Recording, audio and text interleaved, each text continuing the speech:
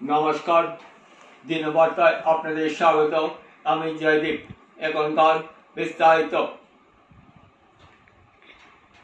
পাথারকান্দি থানার দিলচুরা দূরত্বে কালী মন্দির সহ এক ব্যবসায়িক প্রতিষ্ঠানের সম্বারাতে দুঃসাহসিকাণ্ডে এলাকা জুড়ে সৃষ্টি হয়েছে আলোড়ন। চোরেরা পুলিশকে এক প্রকার চ্যালেঞ্জ জানিয়ে এমন কাণ্ড সংঘটিত করেছে। সোমবার রাতে একদল চোর কালী মন্দিরের দরজা ভেঙে ভিতরে প্রবেশ করে দেবী বিগ্রহের সোনার অলঙ্কার সহ অন্যান্য সামগ্রী হাতে নিয়ে মন্দিরের পার্শ্ববর্তী নজরুল ইসলাম নামের ব্যক্তির দোকানে প্রবেশ করে সিগারেট, শীতল পানি, নগদ 15,000 টাকা চুরি করে গা ঢাকা দিতে সক্ষম হয়। মঙ্গলবার সকালে বিষয়টি প্রত্যক্ষ করে স্থানীয় পুলিশে খবর দেওয়া হলে তারা তদন্তনামে দুটি চুরি কাণ্ডজনিত ঘটনার ষড়যন্ত্রে তদন্ত করতে যায়। পাথারকান্দি শহরের পদ্মবিধি স্থানে সংঘটিত এই চুরিকাণ্ডের স্থানীয় মধ্যে আতঙ্কের সৃষ্টি হয়েছে। এসব কাণ্ডে স্থানীয় পথভ্রষ্ট যুবকের হাত থাকতে বলে ধারণা করা হচ্ছে।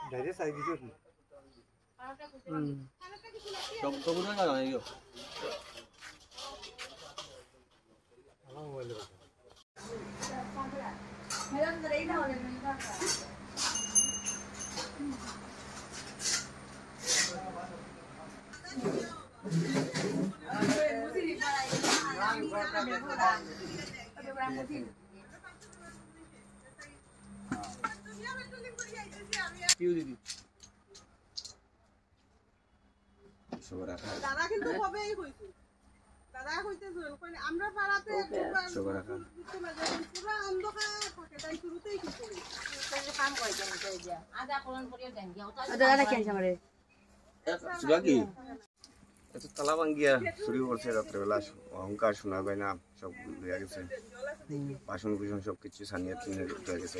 কোন জায়গায় পাথারকান্দি পুরানা কালীবাড়ি। আচ্ছা, থানার সামনে। আচ্ছা আচ্ছা, পুলিশ আইছে? পুলিশ আইছে, আইয়া দেখে গেছে। কইছে এফআইআর একটা লেখার লাগে, লেখা হইব। ওইটাই তো চিন্তার কারণ। থানা কিনার থাকিয়া দেন এই চুরিটা হয়েছে, এটা তো সবের কল্পনা। আজকে খালি বাড়ি হয়েছে, কালকে মানুষের বাসা তো না করে কোনো বিচিত্র আছে, এটা তো হইতেও পারে। আমার ওই সেন মাসে একজনে ফুল দিন করতে একদিন সকালবেলা আইয়া তাই নাইও দেখুন খালি বাড়ির তালা খোলা, ইয়ে খোলা। দাবি চুরগুলা ধরতো, ধরিয়া শাস্তি দেওয়া, এটাই তো দাবি। এরকম না হওয়া। আজকে মারে খালি একজন কালী মন্দির দিয়া খালির মারে যে এরকম ইয়ে করছে, ছানা বানা করছে, টানছে, চুলটুল টানিয়া ছিঁড়ছে, খানের সাইড ভাঙছে, এগুলা তো মানে সংসারটার মধ্যে একটা অলঙ্কর দেখার সৃষ্টি। এটা যাতে শাস্তি যাতে পায়। অবশেষে 4 দালাল পুলিশের হাতে আটক হয়, যারা দীর্ঘদিন ধরে অবৈধভাবে বাংলাদেশে ভারতে প্রবেশ করার সাহস দিয়েছিল। দালাল 4 জন ছিল: জামিলউদ্দিন মনা, মাহবুল আলম, কপিল উদ্দিন আর টিটু রায়। গোপন সূত্রে খবর পেয়ে বদরপুর বিশেষ অভিযান চালালে বদরপুর কোনাপাড়া থেকে জামিল আহমেদ মোনা নামে এক দালাল আটক করা হয়। পরবর্তী কাছাড়ের খেলমা অঞ্চল থেকে মাহবুল আলম, কপিল উদ্দিন আর টিটু রায় আরো 3 দালাল ধরা পড়ে। অভিযানে বিশেষভাবে নেতৃত্ব দেন করিমগঞ্জের পুলিশ সুপার পার্থ প্রতিম দাস। যেহেতু অবৈধভাবে ভারতে প্রবেশ করা 4 বাংলাদেশি পুলিশ করায়ত্ত করতে সক্ষম হয়, তাদের জিজ্ঞাসাবাদে 4 দালাল নামে সামনে আসায় বিশেষ অভিযান চালিয়ে তাদের গ্রেপ্তার করা হয়। দালালরা আন্তঃরাষ্ট্রীয় চক্রের সঙ্গে জড়িত থাকার সন্দেহ করছে পুলিশ।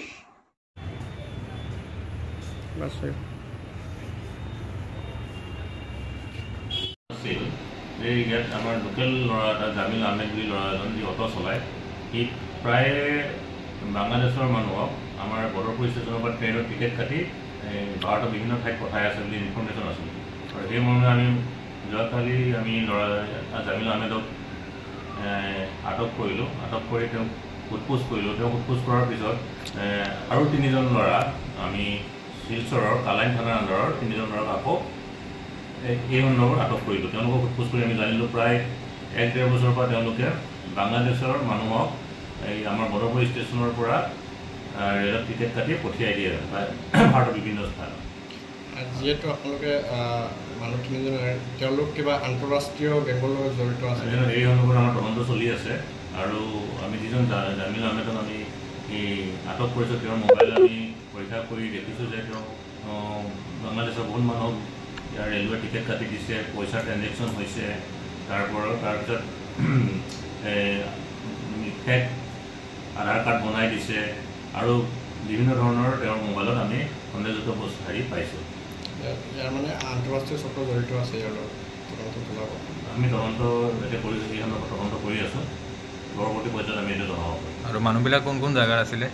মানুহ এজন আছিলে জামিল আহমেদ বোলা এজন আমাৰ বদৰপুৰ থানাৰ আণ্ডাৰত আছিলে, এজন মদত আলী বুলি এজন আছিলে তেওঁ কালাইন, এজন কিটু ৰায় তেওঁ কালাইনৰে হয় আৰু এজন কপিলউদ্দিন বুলি কয় তেওঁ কালাইনৰে হয়। আৰু মানুহখিনি একচুৱেলি তেওঁলোকে যিখিনি মানুহ আনিছিলে তেওঁ মেঘালয় বৰ্ডাৰৰ পৰা আনিছে বুলি কৈছে। মেঘালয় বৰ্ডাৰৰ পৰা আনি তেওঁলোকে কালাইনৰ দীঘাৰখাল বুলি এটা জেগা আছে তাত ষ্টপ কৰে আৰু তাৰ পৰা তেওঁলোকে অটো দি লৈ আহে আমাৰ বদৰপুৰলৈ। বদৰপুৰৰ পৰা ট্ৰেইন যোগে বিভিন্ন প্ৰান্তত? হয়, ট্ৰেইনৰ যোগে বিভিন্ন প্ৰান্তত পঠায়। ঠিক আছে। তেওঁলোকৰ পৰা কিবা তথ্য ওলালে নেকি? হয়, আমি তেওঁলোকৰ মোবাইল চেক কৰিছোঁ। মোবাইল চেক কৰাৰ পিছত তেওঁলোকে বাংলাদেশী মানুহৰ লগত সঘনাই যোগাযোগ কৰি আছে আৰু টাইম টেবুল দিয়ে কেতিয়া আহিব লাগিব কেতিয়া নালাগে আৰু হোৱাটছআপ মেছেজত টিকেটবোৰ দিয়ে। তাৰপিছত আধাৰ কাৰ্ডৰ ফেক আধাৰ কাৰ্ড আমি তাত বনোৱা দেখা পাইছোঁ আৰু হোৱাটছআপ চাটত তেওঁলোকে বিশেষকৈ কথা পাতি থকা আমি ধৰিব পাৰিছোঁ।